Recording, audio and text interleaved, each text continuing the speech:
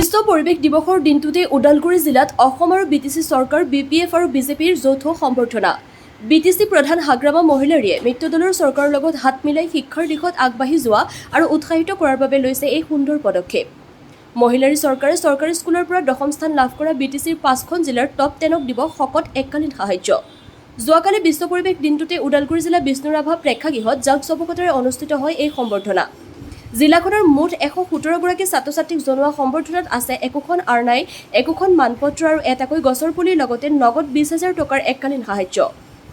জিলাখনৰ হাইস্কুল শিক্ষান্ত পৰীক্ষা আৰু উচ্চতৰ মাধ্যমিক চূড়ান্ত পৰীক্ষা আৰু CBSE, বড়ো আৰু অসমীয়া মাধ্যমৰ MIL-ত 100ৰ ভিতৰত 100 পোৱাৰ টপ 10ক জনাই এই সম্বৰ্ধনা। উল্লেখযোগ্য যে বিটিচিৰ উপমুখ্য কাৰ্যবাহী সদস্য তথা ওদালগুৰি বিধানসভা সমষ্টিৰ বিধায়ক ৰিহন দৈমাৰীৰ সভাপতিত্বত অনুষ্ঠিত হোৱা উক্ত সভাত EM লোমচাও দৈমাৰী, বিটিচিৰ চৰকাৰী মনোনীত সদস্য ৰতন ৰাভা, MCLA পল টপ্পৰৰ লগতে BPF আৰু বিজেপিৰ দলীয় নেতাকৰ্মী উপস্থিত থাকে। ওদালগুৰিৰ পৰা ভুৱন বনিয়াৰ ৰিপৰ্ট, AIN লাইভ। বিটিচিৰ পৰা এই উপহাৰটো পাই মই সঁচাকৈ নথৈ আনন্দিত হৈছোঁ আৰু ইয়াৰ বাবে মই বিটিচিৰ চৰকাৰক বহুত বেছি ধন্যবাদ জনাইছোঁ আৰু এই সন্মান আৰু মৰম পাই মই সঁচাকৈ আপ্লুত হৈছোঁ আৰু এয়া মোৰ একক প্ৰচেষ্টা নাছিল। ইয়াৰ আঁৰত মোৰ মা দেউতাই কৰা অশেষ পৰিশ্ৰম, লগতে মোৰ শিক্ষাগুৰুসকলে কৰা কঠোৰ পৰিশ্ৰম আৰু তাৰ বাবে মই সকলোলৈকে ধন্যবাদ জনাইছোঁ, মোৰ মা দেউতা আৰু শিক্ষাগুৰুসকললৈ। তাৰপাছত কোনখন কলেজৰ পৰা আহি আজি সম্বৰ্ধনা লোৱা হ'ল? হয়, মই টংলা নেশ্যনেল পাইনিয়াৰ ছিনিয়ৰ ছেকেণ্ডেৰীৰ পৰা আহিছোঁ। হয়, তেখেতসকলক মই বিশেষকৈ বহুত বেছি ধন্যবাদ জনাইছোঁ। ইমানখিনি পৰিশ্ৰম কৰে মোক আগুৱাই অনাৰ বাবে বহুত বেছি ধন্যবাদ জনাইছোঁ। আজি যিটো সম্বৰ্ধনা পালা, হয়, তোমাৰ যিটো ভাল অনুভৱ হৈছে আৰু হয়, এই যেতিয়া উঠি অহা নৱপ্ৰজন্মক তুমি কি ক'বা? হয়, মোৰ ভাইটি ভণ্টিসকলক এইটোৱে ক'ব বিচাৰোঁ যে তেওঁলোকে এতিয়াৰ পৰাই যাতে অধ্যয়ন কৰি গৈ থাকে আৰু তেওঁলোকে এজন ভাল মানুহ হ'ব পাৰিব ভৱিষ্যতে। এতিয়াৰ পৰা অধ্যয়ন কৰি যাব লাগিব। কিমান পাৰ্চেণ্ট পঢ়াইছিলে? মই 92.5। তোমাৰ দেউতা মাক কি ক'বা শেষত? কি কয়? মই মা দেউতাক বহুত বেছি ধন্যবাদ জনাইছোঁ মোক ইমানখিনি আগবঢ়াই অনাৰ বাবে। ধন্যবাদ। যি আমাৰ বিশেষভাৱে ছাত্ৰ ছাত্ৰী আৰু অভিভাৱকসকলৰ কাৰণে খুব ভাল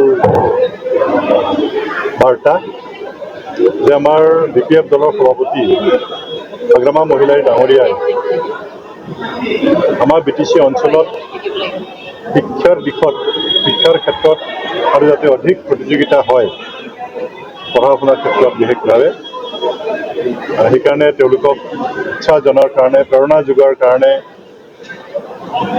যিসকল জিলা ভিত্তিত প্ৰথম দশম স্থানত আহিছে বিভিন্ন ডিপাৰ্টমেণ্টত, বিভিন্ন বিভাগত, এই সেৱাই হওক বা CBSE হওক, তেওঁলোকক আমি 20,000 টকাকৈ আৰ্থিক অনুদান আমি তেওঁলোকক আগবঢ়াইছোঁ যাতে তেওঁলোকে উচ্চ শিক্ষাৰ কাৰণে যাৱতীয় খৰচ পাতি যাতে সেইটোতে কৰিব পাৰে, তাৰ ব্যৱস্থা আমি কৰিছোঁ। আৰু আজি প্ৰগ্ৰামটো আমি যৌথভাৱে কৰিলোঁ যিহেতু একেলগে আমি চৰকাৰ কৰি আছোঁ, অসম চৰকাৰ আৰু BTC চৰকাৰ, BJP আৰু BPF, গতিকে দুয়োটা দলেই আজি কাৰ্যসূচী আমি অনুসৰণ কৰিছোঁ। তো মই আশা ৰাখিম যিসকল ছাত্ৰ ছাত্ৰীয়ে এই আৰ্থিক অনুদানটো পাইছে তেওঁলোকে যিখিনি যাৱতীয় খৰচ পাতি সেইখিনি কৰিব পাৰিব আৰু যিসকলে পোৱা নাই তেওঁলোককো আমি অনুৰোধ কৰিছোঁ আহি থকা দিনত তেওঁলোকেও এনেকুৱা ধৰণৰ এৱাৰ্ড পাবৰ কাৰণে চেষ্টা কৰিব।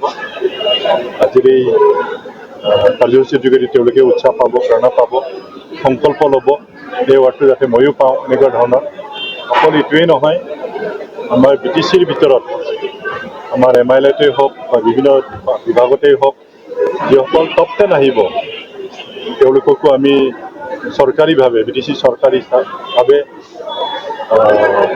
আমি সম্বৰ্ধনা জনোৱাৰ কাৰ্যসূচী আমি ৰাখিম, এইটো আমি আলোচনা কৰি আছোঁ আৰু তেওঁলোকক আমি 5 লাখ টকাকৈ দিম, এইটো ইতিমধ্যে সিদ্ধান্ত লোৱা হৈছে।